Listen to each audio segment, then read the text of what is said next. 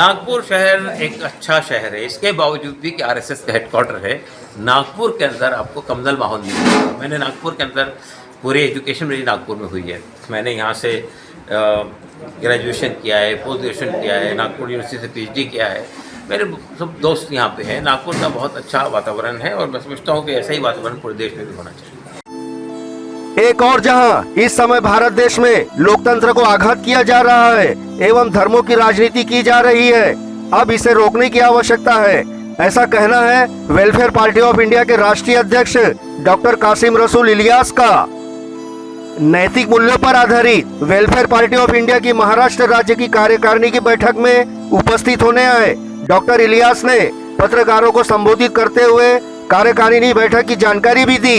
देखिए, हमारी एक कार्यकारिणी की मीटिंग है और इस वक्त इसका महत्व ये है कि 2024 का इलेक्शन सामने है, तो पार्टी को ये फैसला करना था कि 2024 के इलेक्शन में हमारी स्ट्रेटजी क्या होगी। हमने इस पर बहुत ही विस्तार से बात की है और कुछ फैसले किए हैं जो हमने भी आपके सामने रखे हैं प्रेस कॉन्फ्रेंस में, कि हमने ये फैसला किया है कि इस देश के अंदर पार्टी ये कोशिश करेगी कि ये जो देश की विशेषता है कि ये एक धर्मनिरपेक्ष देश है, ये एक लोकतंत्र है, यहाँ पर लोकतंत्र को बाकी रहना चाहिए, यहाँ की धर्मनिरपेक्षता को बाकी रहना चाहिए, यहाँ लोगों के दरमियान भाईचारा रहना चाहिए।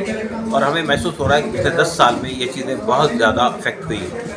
तो हम आपके माध्यम से भी यहाँ के वोटर्स से अपील करना चाहते हैं कि वो आइंदा आने वाले पार्लियामेंट के इलेक्शन में इसी मुद्दे को सामने रखकर इलेक्शन में हिस्सा ले, कि उसके सामने ये देखना है कि देश जिन मुद्दों पर बना था, जो उसका संविधान है, संविधान में जो मूल सिद्धांत हमने तय किए थे, वो मूल सिद्धांत बाकी रहेंगे या ख़त्म हो जाएंगे। अगर उन मूल सिद्धांतों को बाकी रखना है, देश भी उसी वक्त तक बाकी रहेगा जब तक हम उस मूल सिद्धांतों पर बाकी रहेंगे। तो देश को अगर उन मूल सिद्धांतों पर बाकी रखना है तो हमारी ज़रूरत यह है कि हम उसको ही सामने रखकर अपने वोट का इस्तेमाल करें। हम इमोशनल इश्यूज़ के ऊपर में, हम धार्मिक मुद्दों पर इधर उधर भटकने के बजाय हमें इन मूल सिद्धांतों को सामने रखकर अपने वोट का इस्तेमाल करना चाहिए। यही बात हम आपके माध्यम से महाराष्ट्र की जनता तक के पहुँचाना चाहते हैं।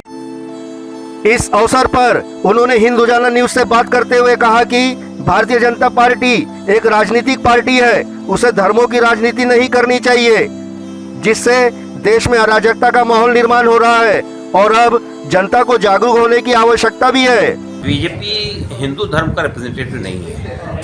पहली बात तो हम ये बताना चाहते हैं आपको, बीजेपी एक पॉलिटिकल पार्टी है और बीजेपी ने ही इस देश के अंदर ये बंटवारा किया है हिंदू मुस्लिम। इससे पहले तक ऐसा बंटवारा नहीं था और ये इस देश के लिए बहुत घातक है। हम मुसलमान जो है वो धर्म के आधार पे वोट नहीं देते हैं। धर्म के तो आप ये कहना चाहते हैं कि कांग्रेस पार्टी या आरजेडी या समाजवादी पार्टी ये कोई किसी और धर्म को रिप्रेजेंट करती है? तो धर्म तो हर जगह कॉमन है, यानी हिंदू धर्म को बीजेपी के लोग भी रिप्रेजेंट करते हैं, समाजवादी पार्टी के लोग भी रिप्रेजेंट करते हैं, कांग्रेस के लोग भी रिप्रेजेंट करते हैं। तो मुसलमान धर्म के आधार पर वोट नहीं करता है। मुसलमान इस बुनियाद पर वोट करता है कि इस देश का जो संविधान है, उसकी जो मूल विचारधारा है, उस पर देश को बाकी रहना चाहिए। वो ये समझते हैं कि बीजेपी उस मूल विचारधारा के खिलाफ काम कर रही है।